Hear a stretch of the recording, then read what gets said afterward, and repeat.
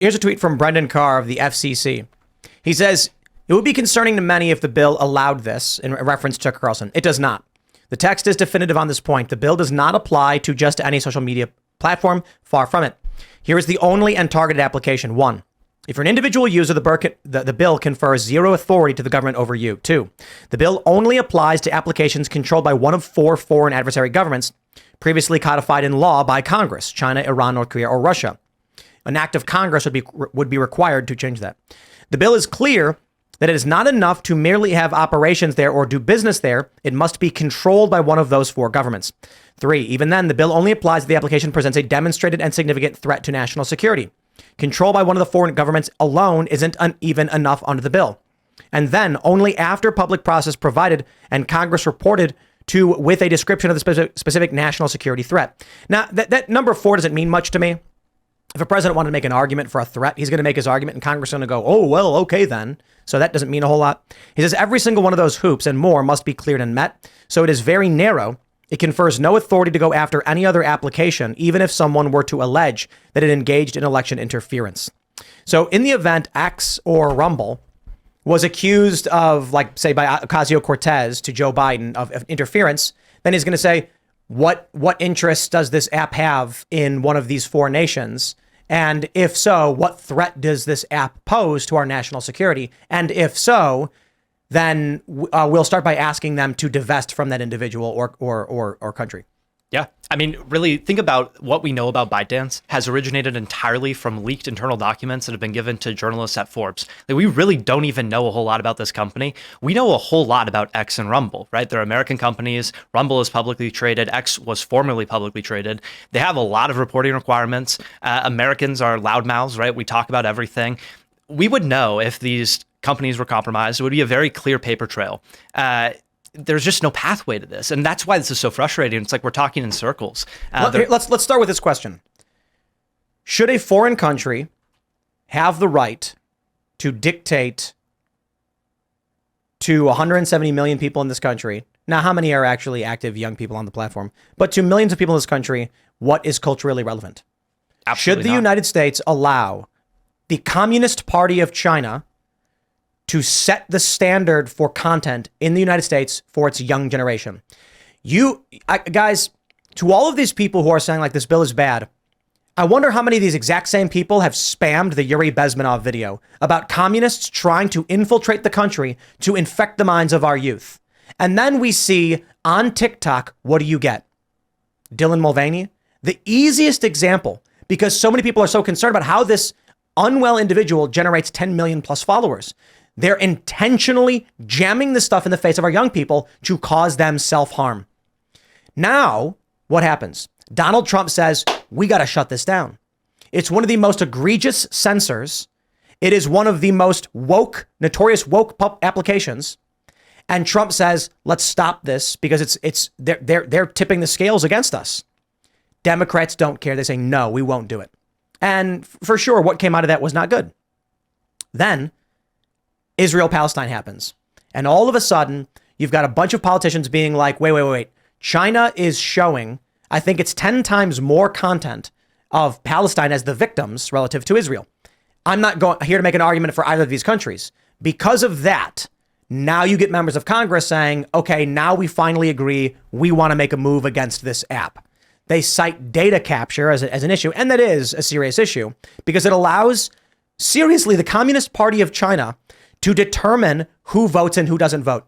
If you thought it was bad that Mark Zuckerberg put $500 million into elections, that Mark Zuckerberg can send out, and Dr. Robert Epstein told us, 100 in their test jurisdiction, when they're tracking election manipulation, 100% of Democrats got a reminder to go vote. And only, I think he said 59% of Republicans got one. That is how you rig an election. That's bad. I think we should have legislation or something to stop Facebook, YouTube, Instagram, X, anybody, Rumble, from doing things like that. Why would we just be like, but it's okay that China does it? All I can say is, baby steps, I guess. I don't see how this bill could be done in literally any other way. Seriously, unless it just outright said like, for the purpose of this bill, TikTok is not allowed to operate in this country. The crazy thing is the bill is not even that authoritarian. It allows TikTok just to sell off its Chinese stake, and then it can keep operating like normal. It's actually kind of weak. Yeah, well, I think about how nice of a gesture this is for a country that has been collecting troves of data, who has been surveilling American journalists, tracing down their sources inside of China and harassing them, right. Sending blackout challenge videos to 12-year-olds, encouraging them to kill themselves, encouraging young girls to become anorexic, posting all of this, vile content that we're taking in every single day, and we're still allowing them to profit off of it. Let's answer this question. Yeah. So, because people are really trying to understand this, and I think what's happening is a lot of people are hearing talking points from social media pundits who did not read the bill. So Nick Terpstra, says, Tim, what does this mean then? Quote, a social media company that is controlled by a foreign adversary and has been determined by the president to present a significant threat to national security. Sure. It means it's a social media app that is controlled by North Korea, China, Iran, or Russia. The president must determine it's a national security threat, provide a report to Congress, and then, if this enforcement action moves forward, said social media app, unfortunately, must sell off the portion of its company or divest from these foreign nations. It doesn't even ban them. Only if they don't do it. So TikTok, a portion of it is owned by China. When you operate a company in China, you have to be under the Communist Party. They would never allow the U.S. to do that in their country. And they have, I believe, a board seat. Is that correct? Correct. Yeah. 1% ownership stake and a board seat. And so this bill is basically like, hey, TikTok, that 1% stake has to be sold off and that guy can't be on the board. That's what the bill says. That's it. And for all other apps, it would mean that in the event a social media app, website, destination, etc., that it has to meet all the criteria of a social media platform, meaning I believe it has to have more than 1 million users. It does, yeah. You have to be able to log in. You have to be able to post content. The content has to be shared by the platform to other users who get to log into and view it. Very specific. In that circumstance, if a percentage of the company is owned or controlled by individuals in one of 4 countries, the president can submit a report demanding that they divest from that country. That's it. Right. That's it. So they're just saying like you could still turn TikTok into you're constantly spamming all this stuff, but you just can't do it to people personalized once they log in. No, unless you give up the one Communist Party seat that's in this company right now in China. Also, it's kind of wild that, when Tom Cotton was interviewing the CEO of TikTok, he asked him very good questions. Have you ever been a member of the Communist Party? He's like, no, I'm from Singapore. Have you ever served or worked with? No, I'm from Singapore. Oh, geez, I can't believe I'm being asked these questions. That guy led investment rounds for many Chinese-owned companies. So it's a good question to ask. And then you get a bunch of young leftists being like, Tom Cotton is so stupid. Why would he ask such a dumb question? If this bill passes, and it likely will, what is likely going to happen, or I should say, I don't know if it'll happen because TikTok is saying they won't do it. Right. Yeah, they're saying they're not going to divest, which, you got to just see it through. We won't know until it's on. So think about this. TikTok, with all of its claims about how big its platform is, and I don't know if I believe their claims, in my personal opinion, it seems fishy to me that TikTok would have as many users as they claim to have. They would be willing to shut their company down in the United States instead of selling off a 1% stake. That makes no sense.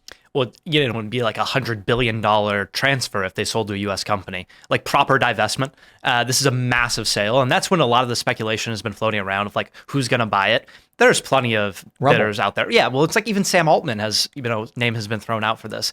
But, it really begs the question of like, what is there that you're not comfortable divesting from? It is not the monetary value. It is the access to the American people. It becomes very clear that that is what they are trying desperately to hold on to. It's the ability to send you a push notification. I'm not a hardcore libertarian where I'd sit back and be like, I think it's perfect. I can't imagine why someone would think it's perfectly acceptable that China can manipulate and interfere in our elections directly. And I've heard every argument about, Facebook and Twitter were interfering and Russia was interfering. Russia posting memes, spare me. China having a board seat and control of an app that is pushing the likes of Dylan Mulvaney on the young generation, okay, fine. You think this bill is bad? I still think we need to take action to limit TikTok or have it divest from the Chinese Communist Party. But if look, this is the issue I take with most of the libertarians, is that they're like, yes, the communists are crossing the southern border, and Yuri Bezmenov was right. They're trying to overthrow American institutions, but we should not take enforcement action against them because of free speech. Or TikTok isn't breaking the NAP, non-aggression principle. So, and there's open border libertarians that will probably make that argument, oddly enough. Yeah. So all I can say is this. You're allowed to not agree with this bill. We don't have to see eye to eye. But I can tell you that 99% of the pundits on social media that are sharing clips from, like, snippets from this, haven't read it. Yeah. Because when they're saying things like it could ban a website, I'm like, no. It can ban a website run directly by the government of one of 4 countries. And if, like, a North Korean guy somehow got a website from his country, that a social media platform, and with 1 million users, They would come find him first. There's no way. I just, the absurdity of what people are saying is the president could ban any website that's based in Iran that is a social media platform with more than 1 million users. And I'm like, if they don't divest. Yeah. If they don't divest. It's very strange to me to see so many high profile people attacking this, and it makes no sense. Yeah. Well, I think, corporate interest in DC is very compelling. A lot of money is flowing. And those people who we view as, great stewards of our message in many instances can be swayed by these things. And, it's a shame that it is that way. I think, you look at the big tech legislation that we've tried to pass over the last 10 years, every single bill fails, right? Like, it is not just TikTok. It is every company. They come to DC and they make all these big spends. But this is the right thing to do. This is for the American people. It makes us safer. It makes your son and daughter's data safe and secure in the States. And that is really what this is about. It's about, basically putting America first and ensuring that we're not digitally vulnerable to our foremost adversary. Mm-hmm. But the thing is, I even though they failed the reading test, I do tend to sympathize with these people that see a bipartisan piece of legislation with this much support and they just start seething, and they probably can't even read straight. Their vision's getting blurry because they're seeing this happen. And, like I said earlier, but yeah, you guys are making a good point. Thanks for watching this clip from the Timcast IRL podcast. Hang out with us live Monday through Friday at 8 p.m. and become a member over at timcast.com for uncensored, members-only shows exclusive. Thanks for hanging out, and we'll see you all next time.